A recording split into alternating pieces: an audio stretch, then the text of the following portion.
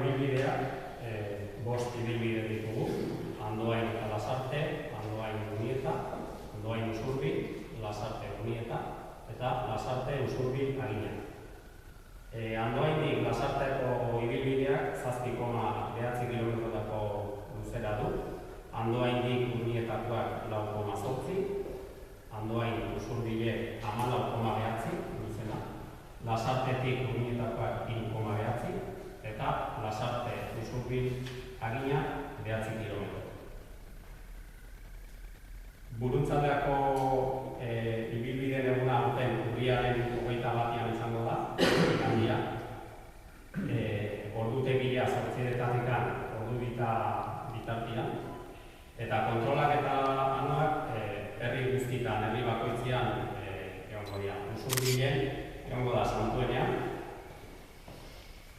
Aginan, Mapil inguruan, Andoainen udaletxe azkin, Lasarten San Pedro Elizan ondoko plazan, eta Urnietan udaletxe azkin baita.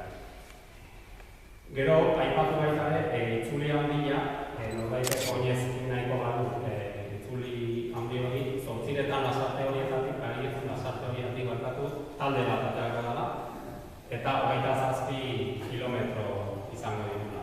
Eta Ostadar Mendizalen saila izango da taldearen arduraduna. Partaide bakoitzai abiatzen denean txartel bat ematen zaio, irterako herriak zibilatuta. Salbuespenak Andoain Lasarte horia eta Andoain Usurbil izango liake ibilbide luzenak, horiek batekin ja nahiko izango lukete hemen dagoen aurtengo motxila hori eskuratzeko. Eta beste ibilbide guztienak bi berko dira, bi zati motxila hori eskuratzeko. Autobusa egongo da, gero bakoitza bere herrira itzultzeko, eguerdiko 12:00 Aginan espaldiko gasolinera motikan aterako da, eta gero 12:00 ateratzen dena 7 minutuan Usurbilen, 12:04 Lasarten, 12:30 Andoainen, eta ordu bat hauek gutxitan Urnietan. Eta horrela, ordu oro bakoitza bere herrira itzultzeko.